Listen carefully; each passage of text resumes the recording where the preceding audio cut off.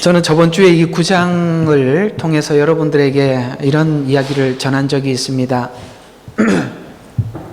우리 예수 믿는 모든 분들이 신명기적 사고를 가지고 하나님을 이해할 것인가, 아니면 레위기적 사고를 가지고 하나님을 볼 것인가, 이 부분에 대해서 여러분들에게 말씀을 드리면서 신명기적 사고를 가지고 하나님을 보게 되면 여러분의 일상생활에 우리가 흔히 말하는 물질의 축복, 그 다음에 자녀의 축복, 여러분의 생활에 어떤 부요한 축복이 있는 것은 내가 하나님 앞에 신앙생활을 잘한 것을 하나님이 인정해 주시는 것이다, 이렇게 생각하게 된다라고 말씀을 드렸고, 지금 이 호세아서에 등장하고 있는 이스라엘 백성들은 그런 관점에서 하나님을 보았기 때문에 그들이 정치적으로 안정되고 경제적으로 안정되고 그 다음에 재단을 풍성케 한다는 것은 교회를 세우고 하나님 앞에 많은 물질을 드리고 이런 것들은 하나님께서 우리를 인정하는 결과가 아니냐라고 생각하고 있을 때 호세아는 그들에게 가서 이것은 음행의 결과다라고 이야기하므로 호세아에게 하나님의 선지자가 우리를 증오하여 이렇게 설교를 하고 있고 네가 미친 게 아니냐라고 말씀을 했다라고 저번 주에 9장에 말씀을 드렸습니다. 그렇습니다. 레위기를 알기 위해서는 신명기는 꼭 필연적으로 알아야 될 것이기 때문에 하나님이 말씀하신 거지요. 예를 들어서 우리에게 생명이라는 것을 알려주려면 죽음이라는 걸 모르는 자들에게는 생명이라는 말의 뜻을 알아듣지 못하듯이 하나님은 먼저 사망이 우리 앞에 있는 것을 알게 하는 것이 생명을 알게 하기 위해서 먼저 가르쳐 줘야 될 일이고, 우리에게 의를 설명하기 위해서는 먼저 죄를 설명해야 하는 것이 하나님이 설명하는 방법이었기 때문에 신명기를 먼저 가르쳐 주시고 우리가 우리 스스로 죄의 문제를 해결할 수 없는 것을 충분히 인식시켜 놓고 곧 레위기, 어떤 이 죄의 문제는 우리가 해결할 수 있는 것이 아니라 제3자 누군가가 우리의 죄의 문제를 해결해 주지 않으면 안 된다라는 것을 설명하기 위해 기록된 성경이 레위기라는 것이죠. 그렇다면 하나님은 우리에게 우리의 신앙의 도착점이 신명기가 되기를 원치 아니하시고 하나님께서 죄를 덮어주시고 우리 죄를 대속하신 예수 그리스도, 그분을 알기 위한 그것이 하나님의 목적이기 때문에 여러분에게 진정으로 알려주고 싶은 것은 바로 하나님의 은혜인데 그것이 바로 레위기적 사고다라고 저번 주에 말씀을 드렸습니다. 이 차이가 하나님이 이스라엘 백성들에게 향해서 한 말과 이스라엘 백성들이 이해하고 있는 이 사이는 너무 차이가 커서 이 간격을 좁혀야 하는데, 오늘 그 간격을 좁히기 위해서 하나님은 무엇을 할 것인가가 오늘 10장의 이야기입니다. 이 간격은 좁혀져야만 하고 좁혀지지 않으면 하나님과 함께 걸을 수가 없어요. 함께 할 수가 없기 때문에 하나님이 이 간격을 좁힐 것인데, 자, 이 간격을 좁히기 위해서는 하나님은 이렇게 할 수밖에 없다라고 말씀하고 있는데, 지금 자신들이 정치적으로, 그 다음에 경제적으로, 군사적으로, 종교적으로 이렇게 풍성함을 누리는 것은 하나님이 주신 것이 아니라 그 힘이 진정한 힘이 아니고 정치적으로 안정되고 경제적으로 부요한 것이 결코 진정한 힘이 아닌 것을 하나님을 알게 하기 위해서는 어떻게 할 수밖에 없냐면 그들이 힘으로 삼고 있는 모든 것을 멸망시켜 진정한 힘이 하나님으로부터 온다는 것을 가르칠 수밖에 없다고 선언한 내용이 오늘 이 레위기가 왜 나오죠? 호세아서 10장 이야기입니다. 이렇게 말이 좀 샜습니다. 자, 그래서 오늘 이 본문들을 하나하나 먼저 살펴보고 오늘 이야기들을 진행해 보도록 하겠습니다. 자, 진정한 힘의 근원이 무엇인지 내가 너희에게 알게 해줄 것이다. 자, 오늘 3절부터 한번 하나하나 보시면 3절에 이렇게 말씀하고 있습니다. 이는 이제 그들이 말하기를 이렇게 말하죠. 우리가 주를 두려워하지 아니하므로 우리에게 왕이 없도다. 그러므로 왕이 우리에게 무엇을 해줄 것이요 하도록 하겠다. 무슨 말이냐면 여러분, 이들은 왕이 자꾸 북이스라엘에는 왕들이 계속 바뀌어지죠. 그 바뀔 때마다 기대감을 갖죠. 저 왕이 우리에게 무언가를 우리가 원하는 그것을 이루어내지 않을까라는 기대감을 갖지요. 왜? 지금 주변 나라들은 강성해지고 이스라엘은 위협이 가까이 오고 있으니까 어떤 특별한 왕이 등장하여 이제 이 열세인, 어려워져 가고 있는 이스라엘을 구원할 왕이 누가 있지 않을까라고 기대감을 가지고 그 왕들이 계속 바꿔지고 있지만 하나님은 그 정치, 그 왕이 결코 우리들을 도울 수 없는 왕이라는 것을 내가 분명히 보여주겠다라는 것입니다. 여러분, 하나님은 우리에게 원하시고 요구하시는 것은 세상의 세상의 어떤 힘이 우리에게 힘을 공급해 주는 것이 아니라 진정한 예수 그리스도께서 우리의 왕이 되시기를 원하기 때문에 그 왕을 하나님은 물리칠 수밖에 없겠죠.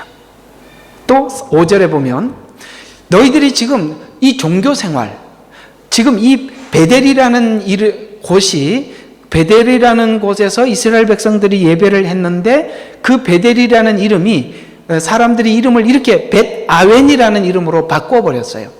원래 이 베델이라는 이름은 하나님의 집인데 벳아웬이라는 말은 원어로 풀이를 하면 살육의 집이다, 거짓의 집이다, 사악한 집이다, 이런 이야기입니다. 여러분, 지금 그들이 와서 하나님 앞에 예배를 하고 그들이 하나님을 경배하는 것 같이 종교 생활을 하고 있지만 그것은 그들 마음속에 끊임없이 살육이, 하나님 앞에 거짓이, 사악함이 표현되는 장소다.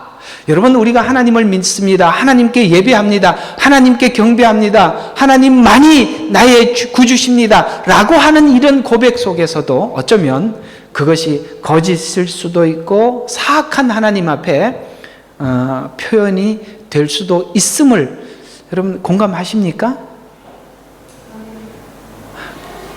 공감을 하셔야 합니다. 그래야 오늘 10장 이야기를 이해할 수 있습니다. 그것이 사악한 집이라는 것을 내가 벌거벗겨 버리겠다. 내가 진정 내가 너희들에게 준 은혜인 예수 그리스도가 그분이 정말 나의 구주시고 내 경배의 대상이라서 하나님 앞에 예배하는 것이 아니라 우리의 어떤 목적을 위해 하나님 앞에 예배하고 너 자신을 위해서 하나님을 섬기고 있는 너의 모습을 내가 발가벗겨 확인시켜 주겠다. 그래서 벳아웬이 뭐라고요? 드러낼 것이라는 거죠.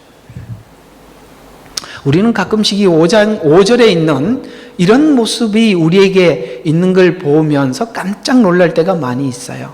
아, 나는 하나님을 순수하게 믿지 않구나. 내 속에 다른 어떤 거짓됨이 있구나. 이런 것들을 확인토록 하겠다. 6절, 에브라임의 외교가 힘을 쓰지 못할 것을 보게 할 것이다. 누군가가 우리를 돕고 있다면 그 돕고 있는 사람이 너를 돕는 존재가 아니라는 걸 확인시켜 주겠다. 그 다음에 7절에 믿었던 왕들을 심판할 것이다. 왜 이런 것들을 심판을 해야만 하냐면, 왜냐하면 정치, 군사, 종교, 그런 외교의 힘이 믿음의 기능을 마비시킨다는 게 문제예요. 이해가 가십니까? 믿음의 기능은 우리가 오직 하나님을 믿도록 가야 하는데 하나님을 믿지 않아도 되는 어떤 요소들이 있단 말이죠. 외교라 하면 누군가가 밖에서 나를 돕는 자들이 있다는 것이죠. 종교라 하면 내가 하나님을 그냥 이렇게 섬기면 하나님이 내게 복 주겠지라고 생각하고 있는 어떤 종교의식이 있다는 거죠. 왕이 있다는 거죠. 그것이 아마 통장이 될 수도 있겠죠. 이런 것들이 진정한 힘이 아니라는 것을 밝히겠다는 거예요. 여러분, 왜 이스라엘에게 이렇게 행할까요? 이스라엘은 하나님이 택한 족속들이기 때문에 그렇습니다. 이상하게 우리 예수 믿는 정말 진정으로 하나님 앞에 거듭난 우리들은 하나님을 힘으로 하지 않는 어떤 것들을 내가 소유하고 있을 때 하나님은 그것을 빼앗아 가시고 그럴 때가 있습니다. 그건 감사한 일이죠. 근데 하나님 말고 다른 어떤 것을 강하게 붙잡고 있는데도 하나님께서 아무 일을 하고 있지 않다면, 그렇죠. 히브리서 12장에 보면 그들은 사생자요 참아들이 아니기 때문에 그걸 내버려 둔다라고 이렇게 말씀하고 있죠. 왜 하나님은 이스라엘에게 이런 시도를 하실 수밖에 없느냐면 정말 그들은 하나님이 사랑하는 자들이기 때문에 그렇습니다.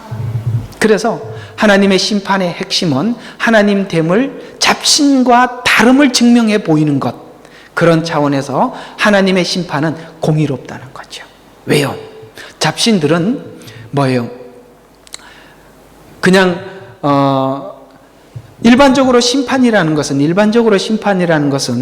네가 틀렸고 내가 맞았다라는 것을 증명해 보이는 것으로 끝이지만, 하나님은 이걸 확인시켜서 너로 올바른 길로 인도하겠다는 거죠.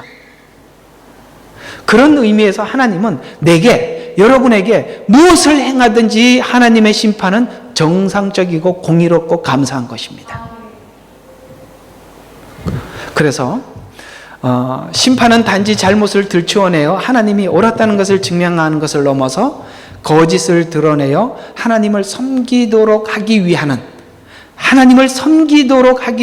것에서 심판이 얼마나 공의롭고 사랑이 포함된 심판인가를 드러낼 것이라고 말씀하고 있는데, 하나님이 이 이스라엘 백성들을 이렇게 심판할 수밖에 없는 이유를 에레미야서 9장 23절과 24절에 이렇게 심판에 대해서, 심판을 할 수밖에 없는 이유를 이렇게 말씀하고 있습니다. 현명한 자는 자기 지혜를 자랑하지 말며. 왜요? 현명하면 자기 지혜를 자랑하거든요. 또 용사는 자기 힘을 자랑하지 말고, 용사는 자기 힘을 믿잖아요. 또 부자는 자기 부를 자랑하지 말고. 왜요?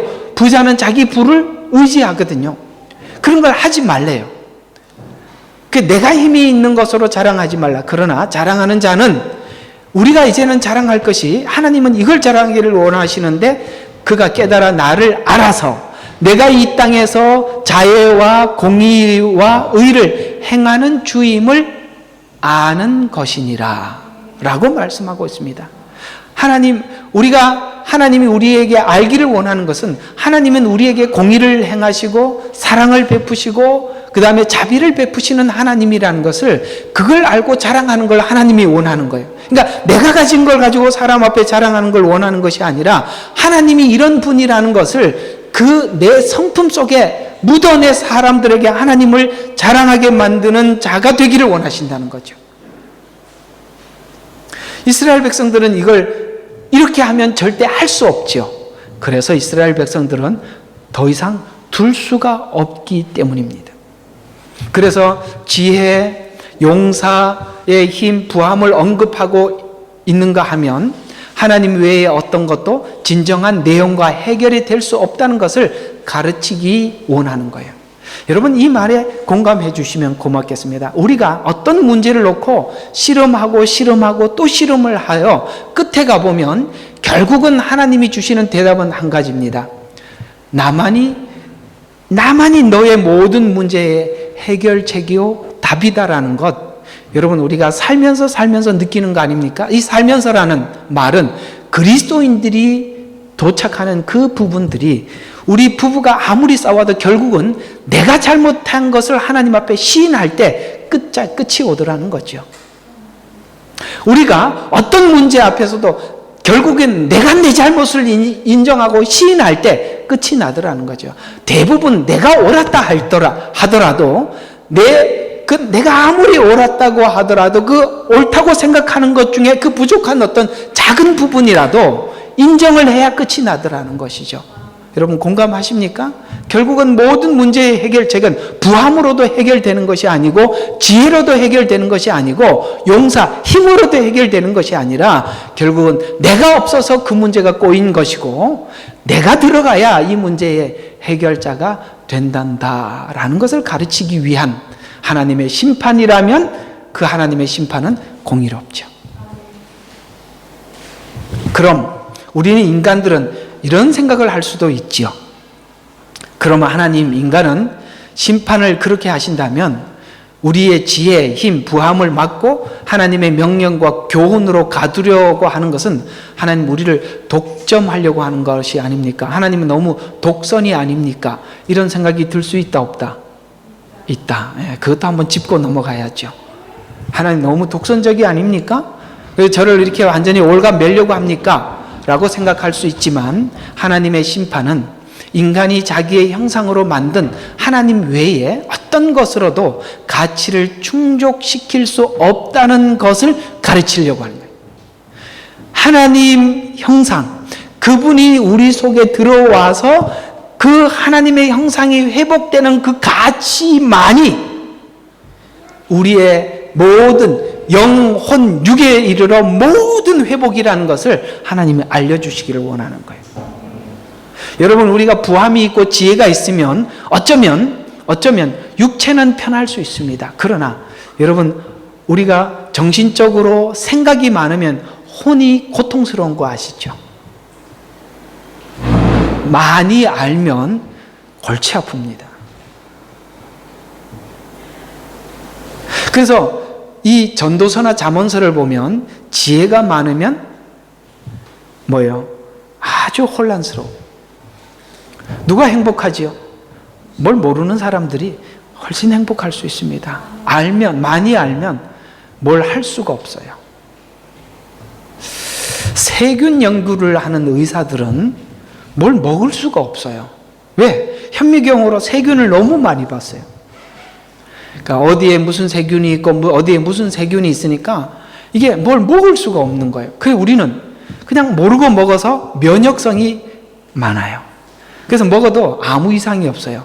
근데 그런 분들은 조금만 먹어도 병이 와요. 왜? 면역이 없거든요. 우리는 하도 세균을 많이 먹어서 이 면역이 싸우느라고 면역이 많이 생겨서 잘 먹어요. 난 정말 신기한 게 쓰레기통을 뒤져 먹는 사람들이 저걸 먹고도 성하게 사는 게 신기해요. 그래서 전 이게 좀 그렇습니다만 이게 중국 가보니까 그런 분들이 꽤 있더라고요. 근데 상한 음식인데도 먹어요.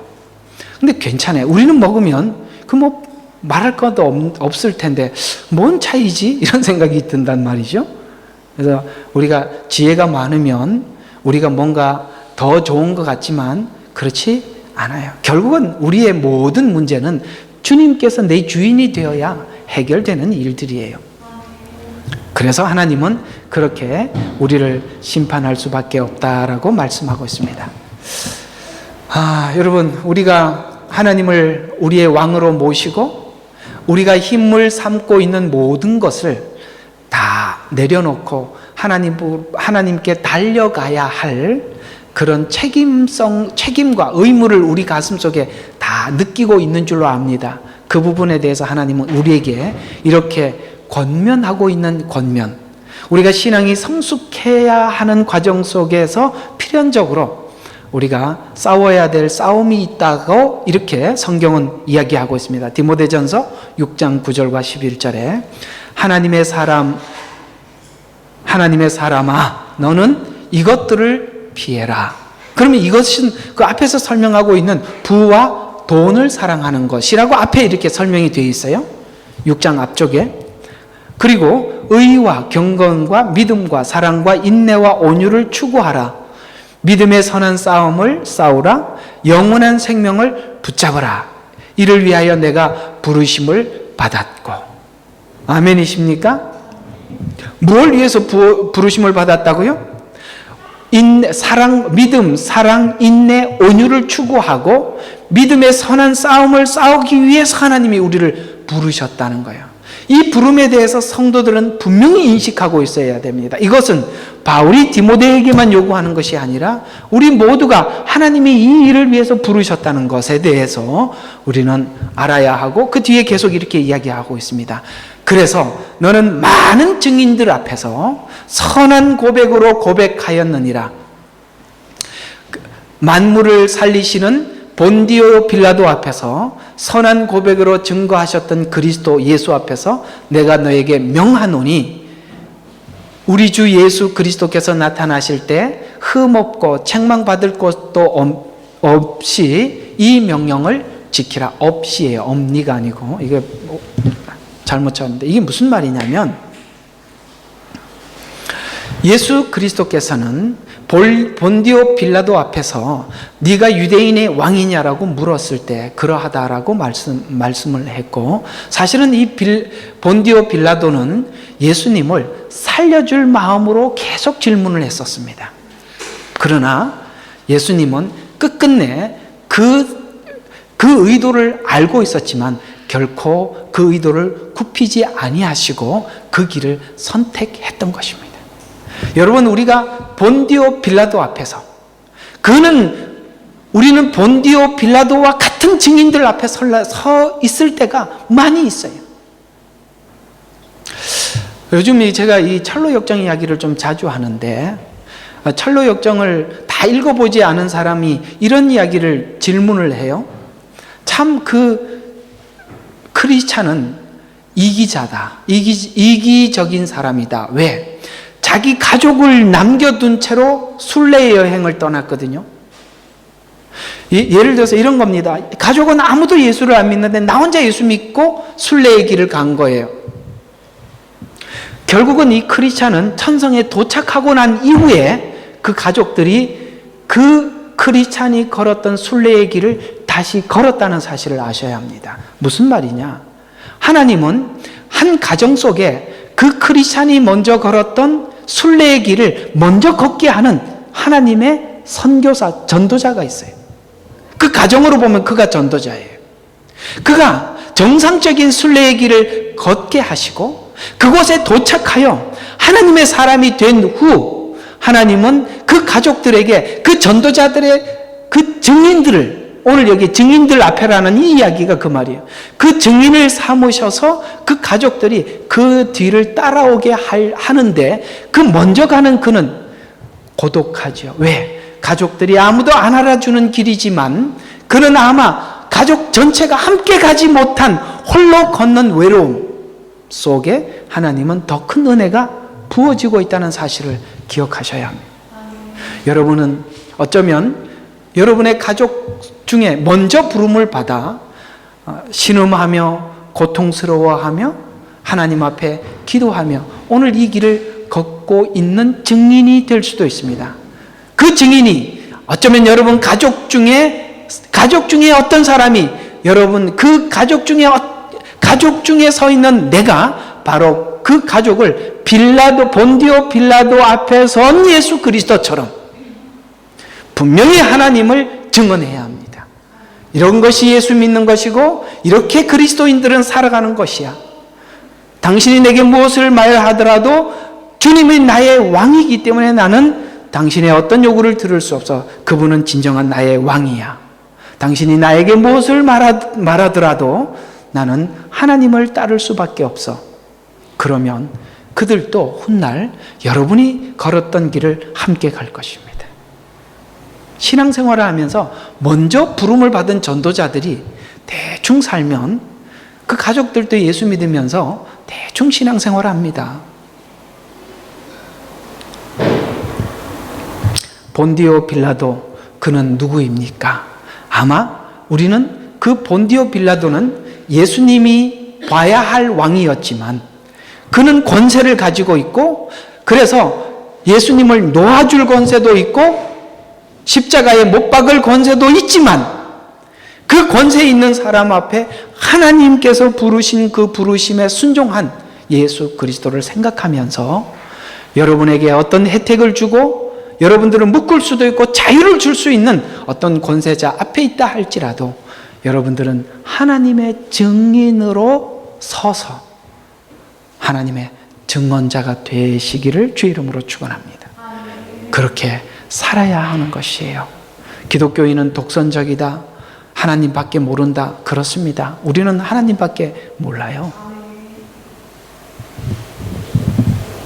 그래서 하나님이 이런 성도를 완성하고 이루시기 위해서 성도가 하나님의 부르신 목적을 아는 쪽으로 넘어가는 과정에 시련을 주셔서 그것을 넘기도록 하시더라는 것이죠. 결국 에레미야 9장에 부와 힘을 가지려는 자는 그러니까 부와 힘을 주십시오라고 이렇게 기도하게 되면 우리는 이렇게 다른 길을 가게 되는데, 어떤 다른 길? 하나님 없어도 부함으로, 하나님 없이도 부함으로 갈 수 있게 해주세요라는 것은 신앙의 초기에 나타날 수 있는 현상이지만 이 과정을 넘어가야 하기 때문에 하나님은 지금 이스라엘이 지금까지 준비하여 두었던, 그들이 준비하였던 그 힘, 정치, 경제, 사회, 국제관계를 지금 깨고 있다는 것입니다. 여기서 우리는 이 그리스도인들이 크게 다른 두 가지 길을 가게 되는데요. 하나님을 이용해서 부해져 그것을 힘을 가지려는 자와, 이해가 가요? 그러니까 이 부함이라는 거 우리가 생각하고 있는, 이렇게 생각할 수 있대요. 내가 그리스도 안에서 부함이란 하나님이 주시는 그 부함을 준비해서 내가 부함으로 생각하는 자가 있고, 그것이 없더라도 하나님만이 나의 부함이라고 생각하는 이 두 길은 전혀 다른 길이라 이 말이에요.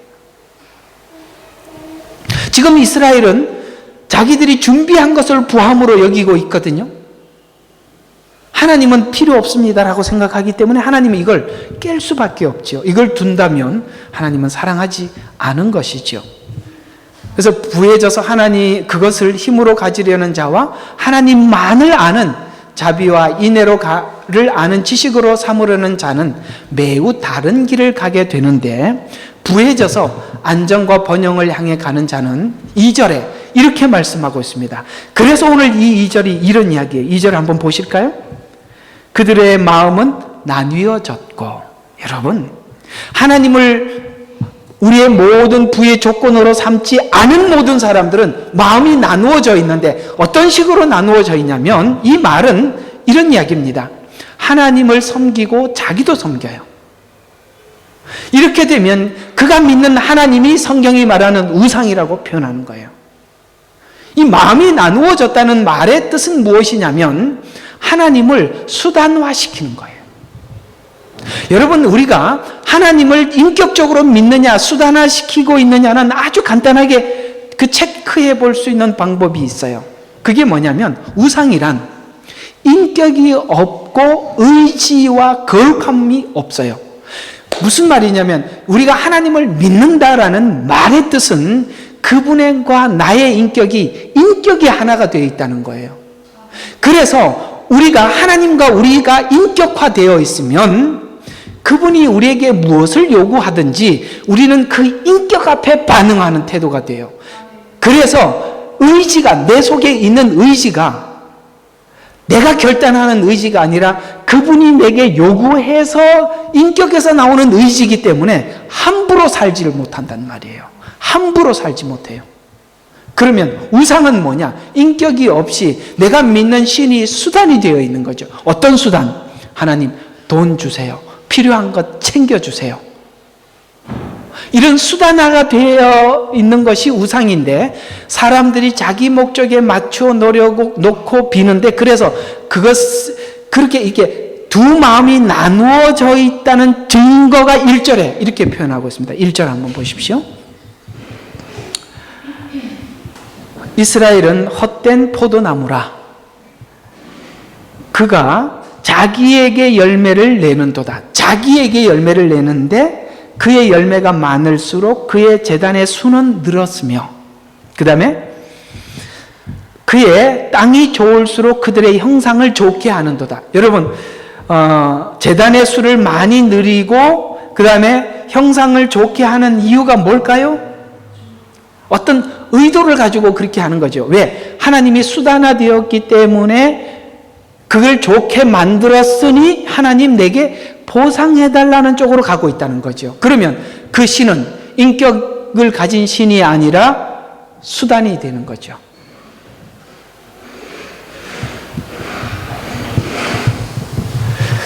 무슨 말이냐면 하나님 앞에 이렇게 하는 건 뇌물이다 이 말이에요. 그러나 우상 숭배에 앞장섰던 이스라엘의 역사를 통해 우리가 확인하는 것은, 오늘 우상 숭배를 지금 하고 있는 이스라엘 역사를 통해서 확인하고 감사하는 것이 한 가지가 있는데, 이렇게 살았던 이스라엘을 하나님이 멸망시켰지만 정말 우리가 감사한 것은 이스라엘의 운명이 그것이 전부는 아니었다는 거죠. 감사하죠. 참 이게 우리로 하여금 감격하게 하는 거예요. 이렇게 되면 하나님은 우리와 관계를 끊어버려야 되는데, 이스라엘의 운명은 하나님의 멸망이 끝이 아니라 그 뒤가 목적이라는 것에 우리는 안심하는 거예요. 하나님의 심판을 통해 이스라엘이 요구하는 것과 하나님이 요구하는 것이 서로 다름을 확인하게 하여 이스라엘을 돌아서게 했다는 거예요. 그것이 바로 하나님의 일하심의 방법이에요. 그러니 여러분, 하나님 앞에 징징대지 마시고 하나님이 여러분들에게 무엇을 시도하든지 그건 감사한 일로 여기십시오. 왜 하나님이 특별히 나에게만 하십니까? 아니요. 그만큼 남들이 겪지 못할 만큼의 무게의 시련을 주는 것은 여러분을 더 정금처럼 만들기 위함이요, 여러분을 믿기 때문에 주는 상황이에요. 감사하지 않습니까? 왜 이렇게 몰아붙이십니까? 이렇게 몰아붙이면 전 죽습니다, 이런 소리를 지르면서 따라가는 거예요. 따라가는 거예요. 그 소리 하세요. 기도하면서. 저 미치겠어요. 저 죽겠어요. 이렇게 하면은 저 더 못 견뎌요. 그런 소리 하면서 꽥꽥 소리 지르면서 가는 거예요. 왜? 우리가 갈 수 없는 한계선상에서 주님을 따라가기 때문에 소리를 지를 수밖에 없어요. 그 소리를 하나님이 들으면서 그냥 챙겨서 가십니다. 가보면 아니까. 왜요? 가는 과정에는 어디로 가는지 모르고 있잖아요. 자, 그래서 현대 성도들에게 이스라엘 역사를 통해서 준 교훈은 우리 자신의 신앙을 체크하기 위해서 준 열매를 보고 확인하여 나무를 확인하라는 것인데, 오늘 이스라엘은 1절에 보니까 이스라엘은 헛된 포도나무라고 말하고 있습니다. 포도나무인데 무슨 나무예요? 헛된 포도나무예요. 왜 헛된 포도나무라고 얘기하느냐면 여기에 그 뒤에 보면 그가 자기에게 열매를 내는도다. 여러분, 포도나무를 누가 심으셨죠? 하나님이 심으셨죠. 그럼 하나님이 심으셔서, 하나님이 심으셨다면 하나님이 의도한 열매를 맺어야 되는데 무슨 열매를? 자기를 위한 열매를 맺는 거 보니까 아니더라는 거죠. 이게 이제 갈라디아서에 나오는 이 기준이에요. 그래서 갈라디아서 5장 9절에서 12절에 보면 육신의 열매와 그 다음에 22절부터 23절은 성령의 열매를 대조해 주고 있어요. 지금 이스라엘 백성들은 분명히 육신의 열매를 맺고 있죠. 이것은 뭐냐면 내가 너의 주인이냐 하나님이 너의 주인인가를 확인하라고 열매의 목록들을 쭉 설명한 거예요. 성령 안에 들어와야만 성령의 열매를 맺을 수 있기 때문에 하나님은 그 안으로 우리를 초청하고 있지요. 처음에는 우리가 우리 힘으로 살아서 열매를 가지고 가지만 그것이 아니라는 것을 계속 확인하게 하시고, 아, 이게 아니구나, 하나님께 종속되어야 하는구나 확인하여 열매를 맺도록 하나님은 그걸 늘 확인시켜주는 작업, 그걸 우리는 하나님이 매일매일 확인하게 하시는데, 그래서 우리는 매일매일 신음하며 주님을 따라가고 있는 것이죠. 그래서 이 모든 것을 확인용으로 주어서 성령 안으로 들어와야 이 열매가 가능하다는 것을 알게 하여 열매를 얻기 위해 우리 스스로가 오늘 갈라디아서 5장 24절에 이렇게 고백한 것처럼 그리스도께 속한 자들은 육신과 욕정과 정욕을 십자가에 못 박았느니라. 어떻게? 스스로 못 박아. 이게 있는 한 끊임없이 육체의 열매, 나를 위해서 구할 수밖에 없구나, 하나님은 우상이 될 수밖에 없구나 라는 것을 계속 확인을 시켜서 이제는 이것을 못 박아야 성령의 열매가 맺혀지는구나 라고 내 스스로가 인지하게 해서 뭐예요? 육신과 욕정과 정욕을 십자가에 못 박게 만들어 버리겠다는 것이죠. 그것이 하나님의 심판의 목적이라는 거죠. 라고 스스로 육신과 욕정을 십자가에 못 받도록 안내하고 있는데, 이것이 하나님이 우리를 심판하는 목적이라니 얼마나 감사한 일입니까? 이제 하나님은 이스라엘을 더 복줄 수 없고 심판의 손을 내밀 수밖에 없는 것은 본문에 그렇게 기록하고 있는 것처럼 너희들에게 복을 더할수록 재단이 늘어나고 있는데 하나님이 이스라엘에게 어떻게 더 복을 줄 수가 있겠습니까? 여기서 스톱할 수밖에 없어요. 저는 이 호세아서를 계속 보면서 한 가지 의문점이 생겨요. 저건 하나님이 준 게 아닌데 하나님이 줬다고 생각하고 있는 분들이 가끔씩 있는데 그분들을 가만히 왜 두실까? 저는 많은 고민을 하게 됩니다. 왜? 하나님은 그런 분이 아니거든요. 하나님을 힘을 삼지 않고 믿음에 방해될 수밖에 없는 어떤 것들, 하나님과 관계를 형성하는데 막힌 장애물을 제거하는 것이 하나님의 심판이거든요. 그걸 가만히 둔다는 건 생각해 볼 필요가 있고 심각한 일입니다. 자, 그래서 풍성해질수록 자랑과 고집으로 가게 되지요. 왜? 내 거니까. 깨트릴 수밖에 없다는 것이 하나님의 입장이고, 현대 성도들에게 준 말씀은 두 열매를 비교하면서 우리 보고 뭐 하라고요? 매일 생각해 보래요. 왜? 우리가 성령 안으로 가는 길 속에 육체의 열매가 들어올 수가 없는데 그게 쑥 들어오면 이게 내가 준 게 아니란다. 체크하라고 준 게 갈라디아서 5장의 육체의 열매와 성령의 열매예요. 사랑, 희락, 화평은 주님이 주시는 길에 늘 만나는 것들이에요. 그러나 시기와 질투와 그 다음에 이게 육체의 열매는 외우지도 못하겠네, 뻔하죠. 그런 것들이 쑥쑥 들어오면 이건 내가 준 게 아니라 네 속에 나오는 욕정에서 나오는 거야, 욕심에서 나오는 거야, 그거 체크하라고 준 거예요. 우리는 이 갈라디아서 5장을 오해를 해서 사랑이라는 열매를 내가 맺어서 가지고 가야지, 희락을 내가 꿈 깨세요. 안 돼요. 성령 안에 계셔야 열매가 맺혀지는 거예요. 그래서 생각하라요. 난 그래서 생각 없이 믿는 사람들은 정말 이상해. 어떻게 믿음이 생각 없이 완성되지요? 믿는 대상을 어떻게 생각하지 않고 믿지요? 그 자체가 모순 아닌가요?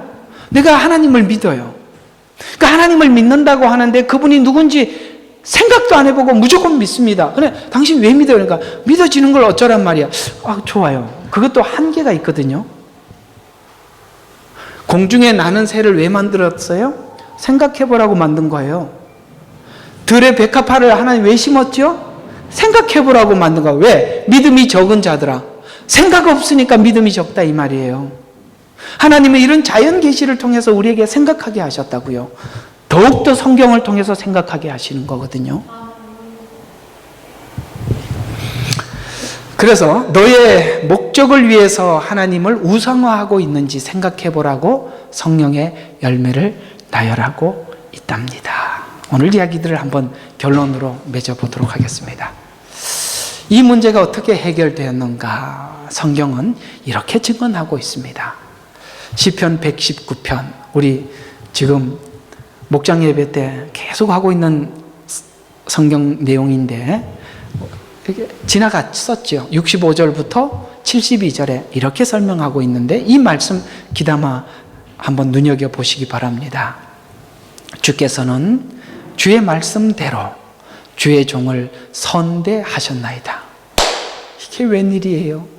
하나님이 우리를 선대한 방법이 이런 방법이래요. 그 뒤에 나와요. 어떻게 선대했는지 이렇게 이야기합니다. 나에게 선한 판단과 지식을 가르치소서. 이걸 가르쳐 준 것이 하나님이 나를 선대해 주신 거래요. 어떻게 가르쳤나요? 이는 내가 주의 계명들을 믿었음이니이다. 믿게 됐대요. 어떻게 믿게? 내가 고난당하기 전에는 이걸 몰랐었대요. 그래서 고난당하기 전에는 길을 잃었으나 이제는, 이 말은 고난당한 후 이렇게 되는 거겠죠. 이제는 주의 말씀을 지키나이다. 나는 주의 법을 즐거워하나이다. 내가 고난을 당하는 것이 내게 좋사오니 이는 내가 주의 규례들을 배우게 되었음이니이다. 아멘이시죠? 여러분, 주의 규례는 배우는 것이지 하나님이 계시로 주는 게 아니에요. 우리는 그 배우려면 일상 속에서 하나님과 뒹굴어야 돼요. 일상에서 뒹굴어야 배우는 것이죠. 하나님, 우리는 배우는 거는 하기 싫어요. 하나님, 저는 원래 공부 싫어하고 책 읽는 것도 싫고 하나님과 배우는 거 싫으니까 제 뚜껑 딱 열어서 딱 계시로, 이러니 누구 만나요? 이단 만나는 거예요. 이단들은 그렇게 해준대요. 하나님은 배우라고 했어요. 수고하고 무거운 짐진 자들아 다 내게로 오라. 내게 배우라. 아시겠습니까? 신앙생활은 배우는 거예요. 배우기 위해서는 매일매일 하나님과 싸워야 하고 그 삶의 현장에 주님이 있어야 합니다. 그래야 배워지는 것 아니겠어요? 그래서 오늘은 그는 무엇이 그걸 배우게 했는가? 고난이 그걸 배우게 해주더라는 거죠. 그래서 고난을 당하는 것이 내게 좋사오니라고 고난을 즐겁게 하는 거예요. 여러분, 파도란, 이게 바다 가보면 서핑 보드인가? 맞나요? 이 발음이 맞는지 모르겠습니다. 그걸 타는 친구들인데 그걸 탈 줄 모르는 사람들은 파도가 무서워요. 근데 그걸 타러 막 이게 노를 이렇게 가는 걸 보면 저기 가면 어쩌려고 그러지? 그런데 걔들은 큰 파도를 기다리고 있단 말이죠. 여러분, 고난도 즐기셔야 돼요. 하나님이 주신 파도를 타보면 그것도 재미있다니까요. 그리고 배울 게 많아요. 그러니까 이게, 왜냐하면 그 친구들은 믿는 게 있어요. 서핑보드를 믿고 있고 내가 균형 감각을 믿어요. 그래서 딱 오면은 어떻게 딱 올라타가지고 쭉 타고 오면서, 또 타러 가요. 우리는 거기 가라면 무슨 소리야. 절대 못 가지요. 여러분, 하나님이 주신 고난을 내가 좋사오니 즐기게 되었다라고 고백한 이 시편 기자처럼 즐기십시오. 이걸 즐기고 나면 우리 모두 다 시편 23편의 고백이 저절로 나올 것입니다. 그래서 주의 입의 법이 내게는 수천의 뭐보다 낫더라? 금은관보다 낫더라. 부한 것보다 하나님의 지혜가 훨씬 귀하더라. 이렇게 간 거예요. 세상 사람들은 은금이 목적이겠죠. 우리는 하나님의 지혜가 목적인데 그 생각을 바꾸려면 하나님 오늘 이스라엘을 뒤집으셔야 돼요.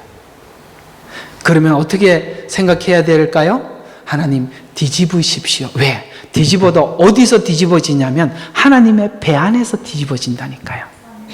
하나님은 이스라엘 그 사도들을, 제자들을 훈련시키기 위해서 배를 타고 호수 저편으로 건너가자고 하셨어요. 여러분, 이 갈릴리 호수에 대해서는 제자들이 너무 잘 알죠. 그들은 어릴 적부터 태어났고 거기서 고기잡이 하면서 평생을 살았습니다. 아마도 예수님이 이 밤에 호수를 건너가자 그런다면 제자들은 이런 말을 했을 거예요. 예수님, 이 호수에 대해서는 내가 잘 아는데 밤중에 이게 풍랑이 가끔씩 이니까 밤에는 출발하는 그 금물입니다. 왜냐하면 그 갈릴리 호수 오른쪽에는 헬몬산이 있어요. 거기는 만년설이에요. 아주 차갑습니다. 공기가. 그 다음에 이쪽은 사막이 있으니까 밤중에 사막에 있는 열풍과 그 냉기가 만나서 이렇게 돌풍이 일어나요. 그러면은 이게 파도가 굉장히 심하거든요.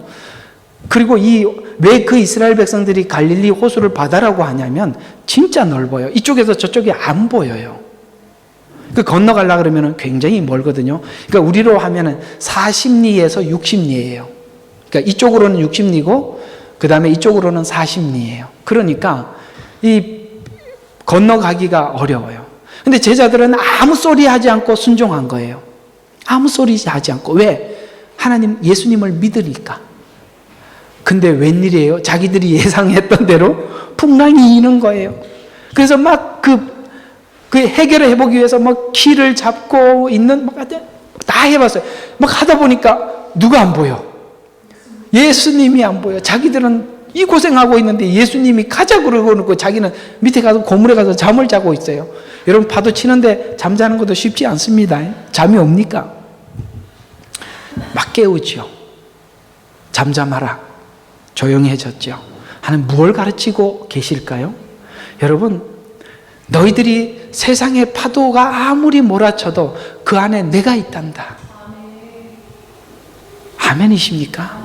이게 얼마나 감사한 일이에요. 하나님 없이 고난을 당하면 우리는 얼마나 외로울까요?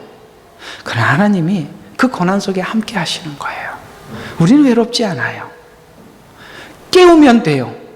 그래서 이런 찬송이 있어요. 가다가 지쳐 쓰러지면 주 이름 부르겠네. 그 제자들이 했던 행동 아닌가요? 깨우며 가로되 우리를 구원해 주소서. 예수님이 나오셔서 뭐예요? 바람과 파도를 꾸짖으시니 잠잠하여지더라. 그때 제자들은 무슨 생각을 하게 되냐? 저가 뉘기에. 그때부터 뭘 생각하게 되느냐? 저분이 누구인가를 생각하기 시작하는 거예요. 왜? 막연히 믿지 말라는 거예요. 그분이 누군지를 생각하고 믿고 믿으라는 거예요. 그때부터 그들은 이후에 예수님 부활 승천하시고 난 후 무슨 일이 생길 때마다 주님을 깨우는 기도를 게을리하지 않았던 것입니다. 그게 산 교육이기 때문에 그래요. 고난당하는 것이 유익이에요. 그것 당하기 전에는 내가 이게 하나님 말씀이 중요한 줄 몰랐는데 당하고 나니 이게 은금보다 귀하다는 걸 제가 알았습니다. 라는 고백이 시편 119편 65절에서 72절의 고백이지 않습니까? 고난을 당해서 무엇이 진짜인지 무엇이 가짜인지 알게 해주셨기 때문에 주의 심판은 의롭다고 하셨고 오늘 이스라엘 백성들을 향한 이 심판의 선고도 하나님은 공의롭고 의로운 심판이십니다. 여러분에게 간섭하시는 모든 심판도 의롭습니다.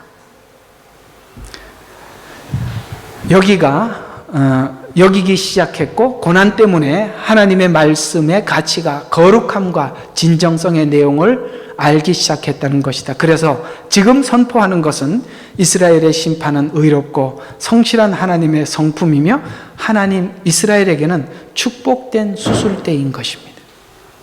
이스라엘은 그들이 겪은 현실을 통해서 성숙해져 가고 하나님이 우리와 함께 한다는 우리는 퇴보는 없다. 이것이 성경이 우리에게 증언하는 것입니다. 여러분 지금 이 상태에서 이스라엘 백성들은 진일보할 수 있을까요? 이 상태에서는 절대 불가능하기 때문에 고난이라는 시간을 겪을 수밖에 없어요. 마지막 하나 더 추가해서 말씀을 드린다면 사도들이 사도행전에 그토록 주를 위해서 헌신하기 위해서는 철저히 자기를 보아야 하기 때문에 그 중에 그토록 주님을 사랑했던 베드로조차도 예수님을 3번 부인하게 하는 자기 자신을 철저하게 확인시켜 주님은 부활 이후 베드로에게 나타나셔서 요한의 아들 시몬아 네가 나를 사랑하느냐라는 이 질문은 어때? 네 힘으로 나를 사랑할 수 있니? 라는 질문입니다. 너 힘으로 나를 사랑할 수 있었냐라는 질문이죠. 그러나 그는 이렇게 대답할 수밖에 없었어요.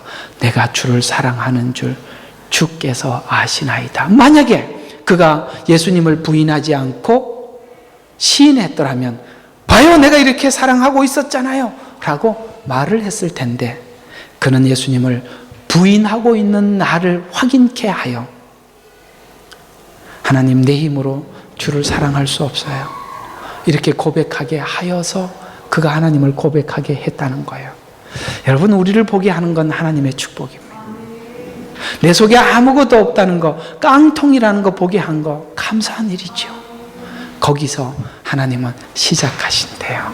거기서 하나님 우리 손을 잡으신대요. 거기서 하나님과의 관계가 정상적으로 시작되는 거예요.